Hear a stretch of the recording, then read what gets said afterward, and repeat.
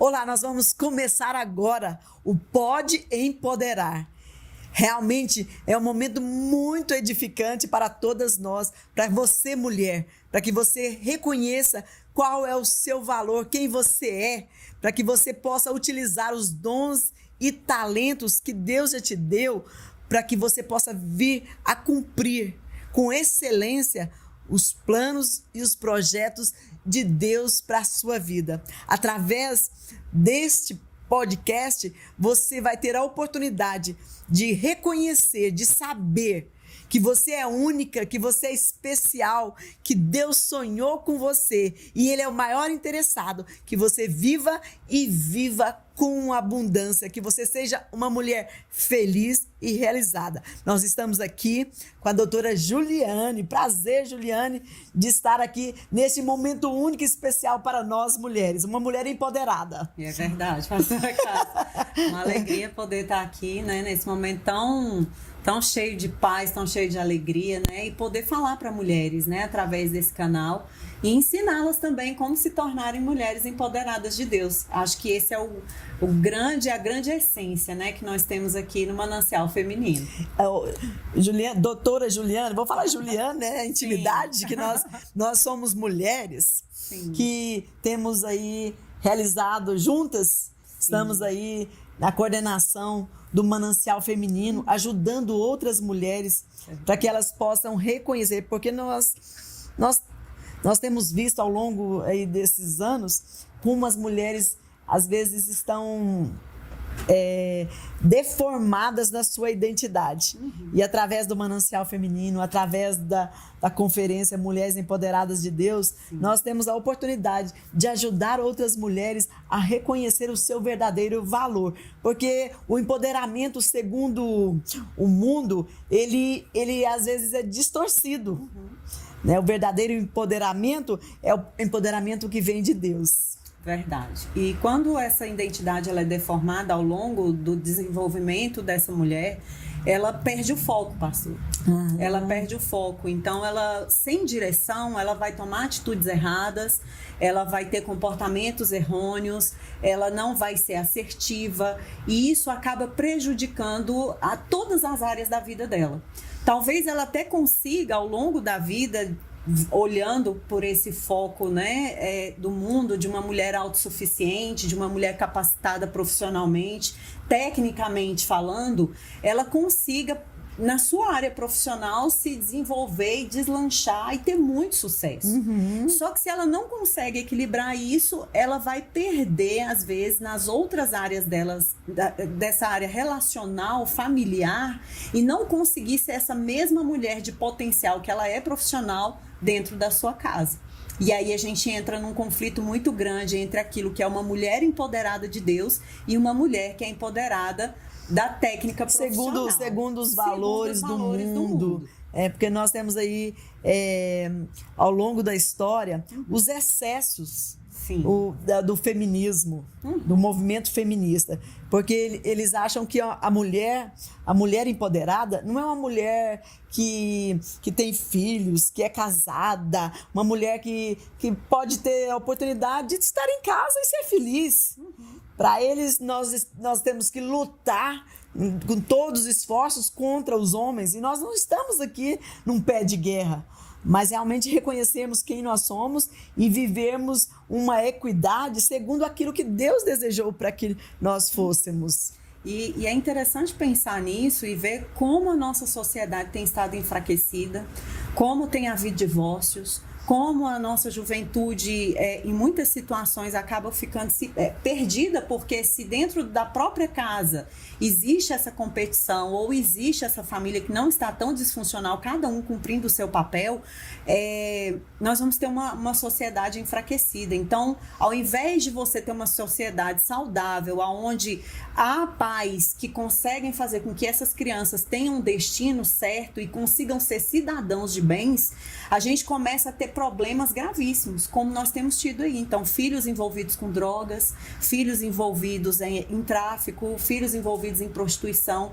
Então, vem toda uma desestruturação na violência. influência em tudo, né? E hoje nós temos um assunto aí que está bem em foco ultimamente, né? Que são as crianças sendo levadas à morte, pessoas que totalmente descontroladas têm ido para o meio escolar, têm assassinado crianças. E aí você começa a se perguntar o porquê que essa pessoa está agindo dessa forma. O que levou ela? Você é psicólogo, então nós vamos entrar um pouquinho nessa área da questão das famílias disfuncionais. Sim. Quando a gente vê loucuras que são cometidas, como nós infelizmente temos vivenciado nesses últimos dias, nós podemos afirmar que tudo isso é consequência de uma família desestruturada e de filhos que vêm de famílias que às vezes não têm uma paternidade autêntica, uma paternidade que eles crescem juntos. Às vezes são crianças em situações de risco, que vêm de situações de risco, e isso ela reflete na sociedade. Sim, e aí o resultado a gente vai ver justamente na sociedade, né? Então, quando a família é disfuncional, nós estamos falando de pais que não conseguem exercer bem o seu papel. A mãe exercendo o seu papel de mãe e o pai exercendo o seu papel de pai.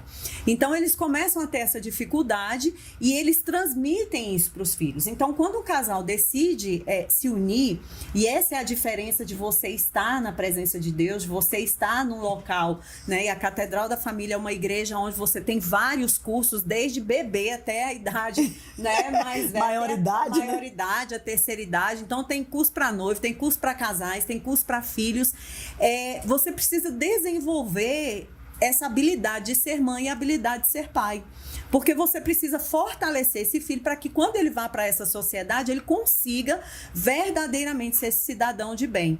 Afirmar, pastora Cássia, porque vai depender de vários contextos. Então, assim, cada criança ela vai fazer uma análise desse comportamento do pai e da mãe. Tem alguns filhos que eles conseguem olhar para esses pais e fazer uma leitura muito tranquila e seguir a vida mesmo vivendo dentro de um lar disfuncional.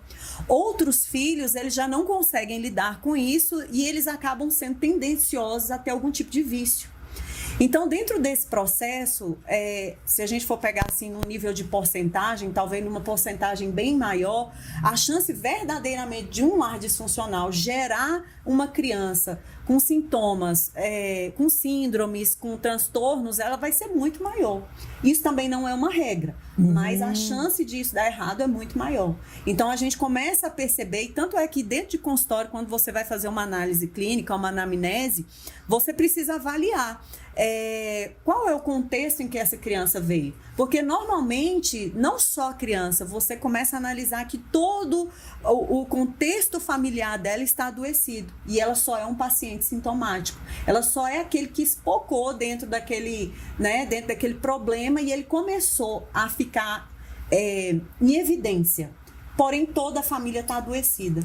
Uma outra coisa que a gente, assim, que nós podemos olhar com esse olhar de Deus que nos fez, que nos formou, que nos teceu.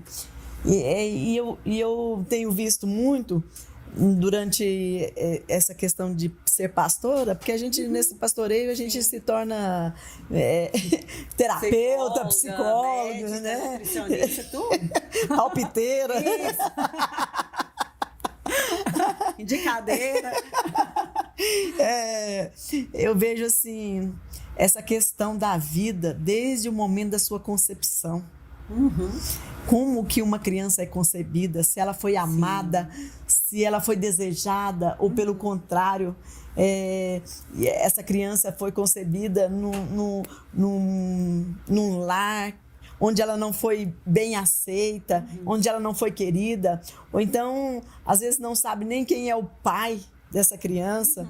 E a gente percebe que, na maioria das vezes, essas pessoas, elas se tornam disfuncionais também. Sim. Elas realmente crescem, mas com deformidades no seu caráter, na sua personalidade, que são cargas que ela vai levando durante a vida, mas quando uma pessoa ela conhece a Deus, Aí a gente começa a ver a transformação e que Deus é aquele que pode curar esta pessoa desde a sua concepção, porque cada um foi sonhado por Deus. Sim. E cada um teve uma história dentro daquele contexto familiar em que ele veio, né? E é interessante a senhora tocar nesse assunto, porque assim, vamos entender então como é construído o temperamento e como é desenvolvida a personalidade e o caráter ao longo da vida. Então, quando a criança é concebida, ali dentro daquele processo de gestação, ela não é só nutrida pelo alimento que a mãe come ou o medicamento que o médico passa.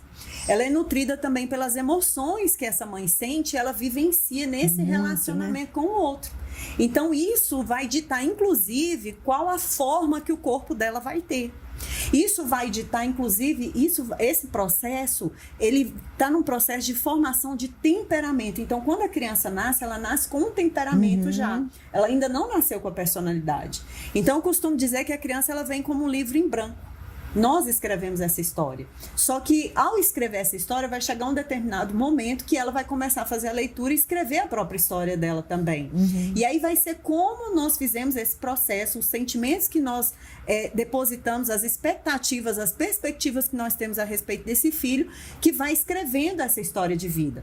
Por volta, mais ou menos, pastora Cássia, de 7 a 8 anos, começa então a ser formada a personalidade.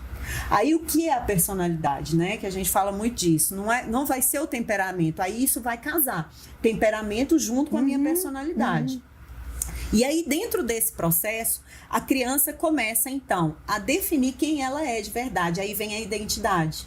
O meio onde ela está inserida. Isso vai influenciar as coisas que ela vê, que ela ouve, as brincadeiras que ela tem, os coleguinhas que ela está envolvida, o contexto familiar, se é um contexto familiar tranquilo, de paz, onde todo mundo se respeita, cada um sabe o seu papel, ou se de repente até essa criança ela é criada pela família extensa, que nós chamamos, que é a família de o avô, a avó, né? Então tudo isso influencia no comportamento dela.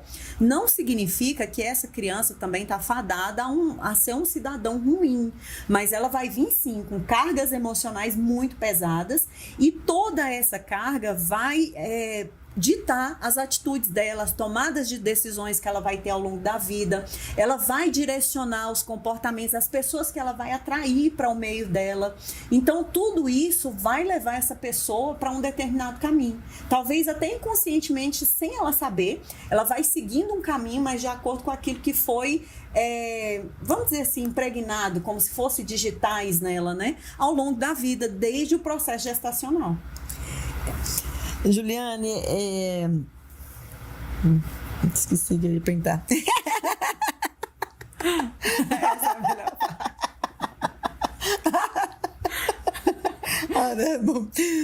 Bom, agora nós vamos voltar um pouquinho a falar a respeito dos princípios cristãos. Sim.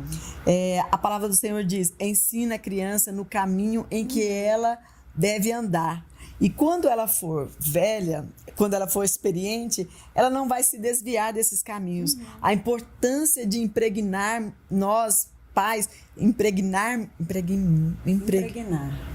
a importância de nós, pai, impregnar na criança esses princípios cristãos, esses valores tão necessários nessa caminhada, dessa vida que nós estamos forjando desde a sua concepção. E por isso que nós precisamos impregnar isso na vida dessas crianças. E precisamos acompanhar muito de perto, sabe, pastora Cássia? Hoje nós vivemos uma geração totalmente diferenciada do que foi o tempo em que nós vivenciamos, né? Então, hoje até mesmo nós conversávamos à mesa durante o almoço de como era bom ser criança naquela época. Porque, por exemplo, o videogame era algo muito longe. Então, quando você tinha um videogame, reunia todos os coleguinhas da rua dentro de casa, você ia brincar com aquilo e você tinha ali relacionamento interpessoal. Você já é da época do videogame. O meu ainda não é. Mas aí tinha a Beth, que você brincava na rua, a queimada, que você via com todo mundo brincar na rua, você tinha o vôlei. Então, você tinha atividades que te levavam a ter relacionamento com as pessoas, e isso é saudável, né? Porque você aprende com o jogo, você aprende com a brincadeira, você aprende com a dificuldade. E hoje em dia a gente tem jovens que estão ensimesmados nas suas dores, nos seus quartos, com os seus celulares e com um passaporte que ele visita todos os países dentro do seu quarto. quarto, ele não precisa nem sair de casa. Aquela pessoa que ela se interage com o mundo inteiro, mas não consegue interagir com aqueles que estão ali dentro da sua casa. Dentro da sua casa. E aí esse é o perigo de ser contaminada na mente com aquilo que ela vê, com aquilo que ela está ouvindo e que vai em desencontro com aquilo que os pais estão ensinando. E aí, qual que é a diferença, então? Qual que é a graça, né? De você, como mulher, como homem, né? De estar na presença de Deus como casal, trazer a sua família para esse princípio, é porque dentro da palavra de Deus nós temos um manual fantástico do que é a maternidade, do que é a paternidade, do que é ser mulher, do que é ser esse homem de Deus e de como é transferir, impregnar e projetar sobre esse filho essa identidade cristã de uma pessoa que seja curada, sarada para se relacionar com os outros, de uma pessoa que consegue ter relacionamento saudável com o outro, consegue ter decisões boas, né, em relação àquilo que ele quer fazer durante a vida dele em todas as áreas. Tem uma frase que eu gosto muito. Mesmo que você não tenha vindo de uma família feliz, saudável, mas você pode, através de você, construir uma família feliz e saudável. Eu posso dizer isso da minha vida. Eu vim de um lar, meu pai era uma pessoa agressiva, ele bebia, ele jogava. Fora dos moldes daquilo que você sonhava como pai, né? E daquilo que era ser um pai. E um homem adúltero. Então, isso confrontou a minha alma em relação até essa questão de homem. E eu vou me defender, eu vou ser uma mulher que o tempo todo eu vou estar armada para me proteger dos ataques do homem. E eu vejo assim, mas eu decidi em Deus, né? É claro. Sim. A diferença, a importância de se relacionar com Deus. Deus é aquele que nos conhece, é aquele que nos fez, que nos formou. Sim. E ele sabe cada cantinho do nosso interior que precisa de cura, de ser restaurado. Então eu vejo assim, Deus me curando de coisas da minha infância.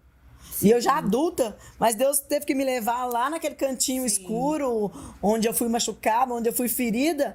Deus teve que tratar com a minha alma naquele momento para que eu pudesse continuar prosseguindo e sendo uma mulher com a sua alma resolvida. Sim.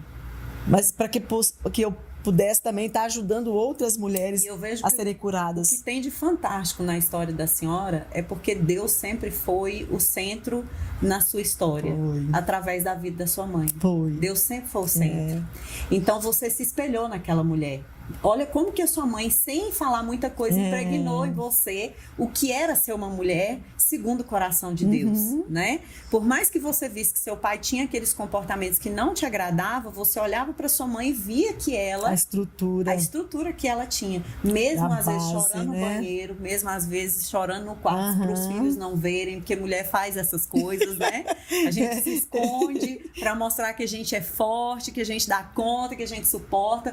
Então, ela impregnou essa imagem em você. Filha, pode dar certo. Mesmo parecendo que está errado, mesmo parecendo que não tem chances para acontecer, se você manter o foco, manter a postura em Cristo, você consegue ter resultado positivo. E quando eu falo assim, essa questão da influência da minha mãe na minha vida, eu não aceito mulheres que acusam outras pessoas, não deu certo, a minha família não deu certo, mas também joga a culpa em cima do outro, do cônjuge, não, mas o pai, o marido, e eu não sei quem, o avô, sabe? Eu acho que a gente tem que buscar para si, peraí, vamos mudar essa história, eu posso escrever uma nova história, eu não preciso estar dando continuidade a desgraça que eu vivi, a família que eu vivi, mas eu posso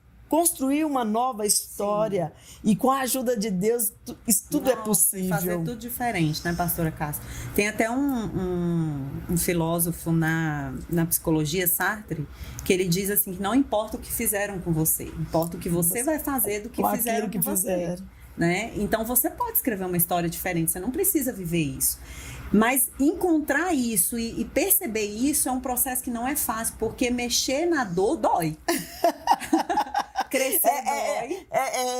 Espremer o carnegão. Espremer o carnegão. Você vai ter que, né? E às vezes tá doendo, você não quer tirar. Então, mexer na dor dói, né? E lidar com tudo isso. E isso acabou fazendo parte da minha história, né? Eu fui uma mulher que tive um lar defraudado, que veio de um sonho de uma mãe de querer ter uma família. Olha o insight que me deu aqui agora, né? É interessante conversar, porque você vai trazendo, você vai trazendo, tendo visão daquilo que foi. O sonho dela era ter uma família. E a família não aconteceu, porque talvez naquele momento ela não conseguiu escolher uma pessoa que também quisesse ter uma família junto com ela. Não era a intenção. Tanto é que até hoje, né? Meu pai tem 8 filhas com mulheres diferentes. E o filhas? São 7 mulheres e um homem. Tem um homem. E ele dizia que ele nunca quis ter filhos. Que as mulheres queriam ter filhos com ele. Então, realmente, quando eu pego o relato da minha mãe contando como foi esse relacionamento, ela preparou um momento para ter uma intimidade com ele, foi quando ela engravidou.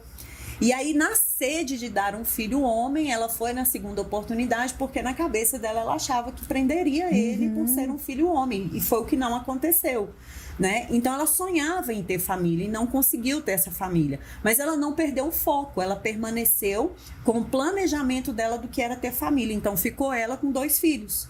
E ela trabalhava fora, cuidava desses 2 filhos, batalhou, lutou, né? Então, assim, eu poderia ter me tornado uma filha perdida, porque morava, inclusive, num lugar, assim, que na época, né, eu me recordo que com 15 anos as mocinhas estavam todas engravidando, foi o boom da gestação, né?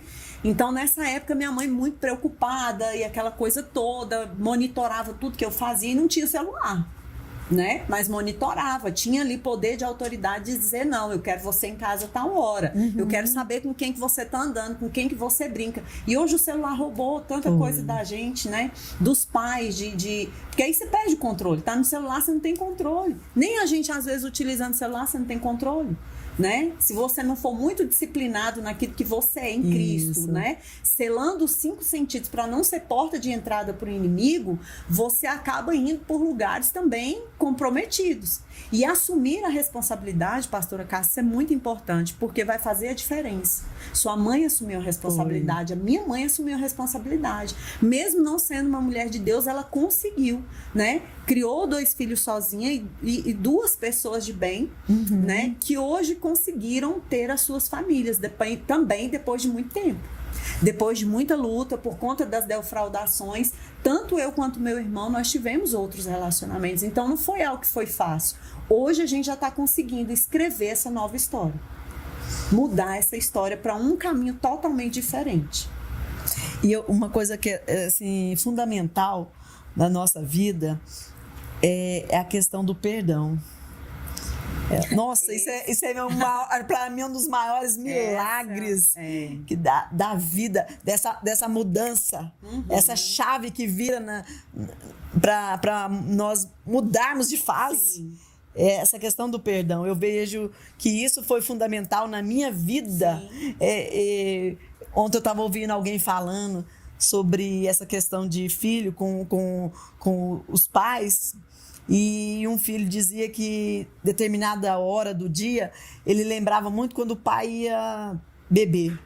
E ainda hoje ele é adulto, uma pessoa bem resolvida, ainda hoje tem essa janela killer, essa janela que marca a vida dele, que determinada hora do dia ele não gosta, porque ele lembra dessa questão do pai. Mas essa questão nós estamos falando sobre o perdão. Para mim também foi fundamental eu liberar perdão para a vida do meu pai, falar isso, ter o momento de chegar para ele, liberar perdão para ele, por tudo aquilo que ruim, mesmo na sua ignorância, talvez ele nem sabia as consequências que ele estava causando em nós, em mim, na minha mãe, na minha família, mas houve um momento da gente chegar para ele, liberar perdão, e ele também pedir perdão para nós, e a gente se resolver esse relacionamento. Não, né? Meu Deus, isso para mim é... E aí eu fiquei pensando, né, como que era o pai dele também, né? Não tinha muito para oferecer. Então, né, e aí você aprende com aquele contexto, né, e aí você leva aquilo para dentro do seu casamento,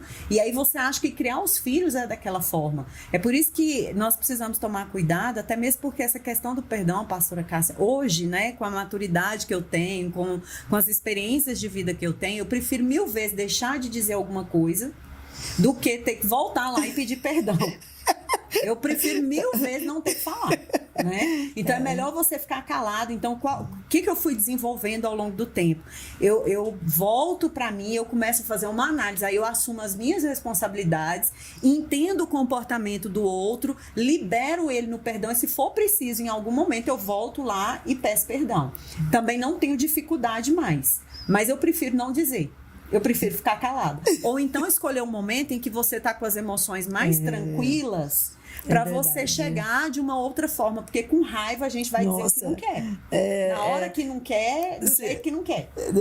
O Augusto Cury, né? O Dr. Augusto Cury fala assim, que é nos dois primeiros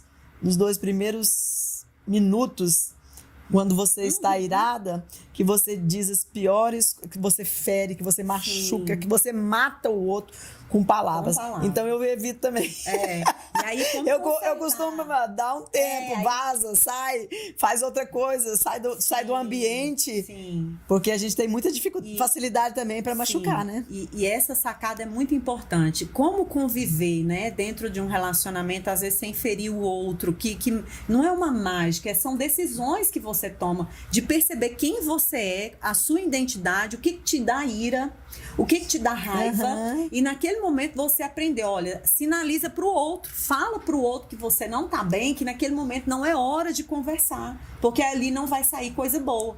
E aí na briga, o que acontece? Um quer ter mais razão do que o outro, aí os corações começam a se afastar. E aí, nessa de se afastar, a gente agride cada vez mais, né? E o difícil do perdão, e a palavra de Deus, ela é muito clara nisso. Perdão é decisão, né, pastora? A gente precisa decidir deixar o passado para trás. É verdade. A gente precisa decidir olhar para as pessoas que nos magoaram e liberá-las também. E essa decisão é também assumir responsabilidade de que de agora para frente você vai ser um ser humano diferente, não só para mostrar para as outras pessoas, porque eu acho que a grande questão é melhorar a gente. É com a gente mesmo, né? Porque a falta de perdão é algo que envenena a nossa alma. Sim. Te deixa amargurada. E às vezes a gente começa a refletir aquilo que nós estamos enfrentando, começa a envenenar as pessoas que estão próximas, se a gente não tomar cuidado. E aí vem essa grande questão do livro da oração fervente que ela nos traz, né? Não tratando os sintomas que aparecem, mas a causa. Por que está agindo dessa forma? Se você for pesquisar lá, tem um problema, tem uma causa e tem coisas que você tem que cortar na raiz, não dá para você deixar crescer. E nós estamos estudando, gente, esse livro, Oração Fervente. Maravilhoso. E através desse livro, a autora Priscila, ela vem nos ensinar que a gente descobrir quem realmente é o nosso verdadeiro inimigo. Sim. E é interessante, pastora Cássia, quando a senhora comentou assim, né? Teve toda essa situação, eu também tive várias situações, a gente veste essa capa de proteção e você investe na profissão, né? Aconteceu isso com a senhora também, né? De investir na profissão, e aí você estuda, você se especializa. Eu vou ser independente. Vou ser independente, eu tenho meu dinheiro, eu faço. E aí isso acaba não coabitando com a palavra, né? Porque você vai deixar alguma coisa lá destampada. Você cobre uma coisa para descobrir outra, né? E essa é a dificuldade dessa fala ativista, feminista, né? De que a mulher tem que ser isso. Mas aí quem que cuida dessa instituição lar? O lar. Quem que vai cuidar disso? Se você não está ali para poder se doar, para você construir algo que seja positivo. E aquilo que você deixa de fazer, a sociedade não vai fazer. Ela não faz, muito pelo contrário, ela vai te julgar, ela vai te colocar na cadeia, né? E vai pegar o seu filho, vai prender, vai dar surra, aquilo que você deixou de fazer, a sociedade vai fazer. Então, se você não tomar essa postura a partir de hoje, né? De se especializar também em ser mulher, em ser essa mãe de excelência, né? De ser essa esposa segundo o coração de Deus, nossa sociedade, a tendência dela eu não vejo melhora. sem Deus eu não vejo melhora, pastor. Não consigo Porque enxergar. a mão que embala o berço é a mão que embala o mundo, né? Que governa o mundo. Governa o mundo. E é a importância de realmente termos equilíbrio. Sim. Podemos ser mulheres de sucesso financeiramente, Sim. mas eu acho que é aquilo que você falou. Também nós não podemos deixar aquilo que deveria ser prioridade para a nossa vida. Que é a família. Se nós decidirmos ter filhos, Sim. e nós E somos ainda é responsáveis em criar, educar, ensinar e ter tempo de qualidade com estes filhos. E eu acho que essa é uma fala bem interessante, que também a gente não está dizendo aqui que também a mulher não pode trabalhar, né, pastora? A questão Nada não é disso, essa, né? É o equilíbrio mesmo, né? Equilibrar realmente as coisas, né? E ter tempo de qualidade com a família. E esse é o problema, porque às vezes você está muito cansada, você chega em casa. Então, o que eu tinha muito com os meus filhos, né? Como eu sempre trabalhei em processo seletivo, na maioria das vezes eram muitos candidatos. Então, eu falava muito. Quando eu chegava em casa, a única coisa que eu não queria fazer era conversar. Então, você imagina a situação com 2 filhos, precisando cuidar, entender como é que foi na escola, o que eles tinham que fazer. Então, eu estabeleci com eles uma dinâmica. Então, quando eu chegava, eu tinha que tomar meu banho, eu tinha que dar um tempo, refrescar minha cabeça, respirar ali uma meia hora. Aí eu voltava e eu ia ser a mãe. Até mesmo para não trazer as demandas do trabalho, minhas irritações, às vezes minhas frustrações, decepções que eu tinha tido ao longo do dia e lançar sobre eles. E é o que muitas vezes as pessoas fazem. Estão nervosas no trabalho, aí você chega em casa, você precisa se doar para a família e aí você vai achar força aonde? E não é uma doação só de esforço físico, é emocional. É doar amor, é doar carinho, é atenção. E às vezes é o que você não E quer às vezes, fazer. infelizmente, são as pessoas que estão mais próximas de nós, são alvos da nossa grosseria, da nossa irritação. A gente despeja... O problema é a intimidade. Aquilo que a gente enfrentou ao longo dos dias, eles vão virar foco da nossa ira, da nossa raiva. Sim. E é por isso que nós estamos aqui, Manancial Feminino, para primeiro cuidar de nós. Cuidar da gente. Para que a gente possa, juntas, em unidade, umas aprendendo com as outras, a sermos essas mulheres empoderadas de Deus. E para que nós possamos cumprir com excelência o papel que Deus tem determinado para cada uma de nós. É verdade. E falar disso também não é falar de sermos perfeitas, né? Que eu acho que é algo que ficou assim meio impregnado na sociedade, que a mulher cristã é uma mulher perfeita. Oh, meu Deus. E não tem essa perfeição. Nós estamos aqui o tempo todo tentando ser melhores para nós mesmas, para que a gente consiga transbordar na vida do outro de maneira mais saudável, através das nossas atitudes, os comportamentos, as falas. E uma das coisas que nós temos aqui aprendido é realmente reconhecer os nossos erros e até compartilhá-los. Para que o meu erro possa ajudar a outra pessoa para que ela não caia no mesmo buraco que eu caí. E como isso tem nos acrescido, né? Como isso tem nos fortalecido e feito de nós verdadeiramente assim, não só mulheres empoderadas de Deus, mas na certeza que nós temos um lugar de pertença, né? E quando nós falamos aqui o tempo todo de família, eu comecei a pensar a respeito disso, porque isso é inerente à condição humana, pastora Cássia. É ter esse lugar de pertença, é ter esse lugar de acolhimento, esse lugar de ser entendida, compreendida, e o Manancial Feminino é isso tudo, né? É um lugar que a gente chega, a gente se sente acolhida, a gente ensina, a gente aprende, a gente se desenvolve habilidades para que possamos conseguir lidar com os desafios da vida, né, com as questões que vão surgir diante das situações da melhor forma possível, né? Errando, acertando, corrigindo. E né? utilizando a melhor arma, que é a oração. A oração e a palavra de Deus. A palavra de Como Deus. nós temos sido fortalecidas nisso, né? Tem sido maravilhoso. Olha, gente, mulheres, eu quero convidar vocês a realmente estar conosco. Sim. Pode ser presencial, aqui na Catedral da Família, mas também você pode nos acompanhar online, porque esse trabalho todo que é realizado no Manancial Feminino, ele é transmitido no YouTube. Então, você tem a oportunidade, aonde você estiver, de realmente descobrir e estarmos juntas conhecendo esse universo feminino e buscando de Deus, o nosso Pai, aquele que nos fez, aquele que nos formou e que nos dá a força, que nos dá a fé, acrescenta a nossa fé para que possamos prosseguir e sermos mulheres empoderadas de Deus. Amém. Obrigada, pastora Cássia, pela oportunidade.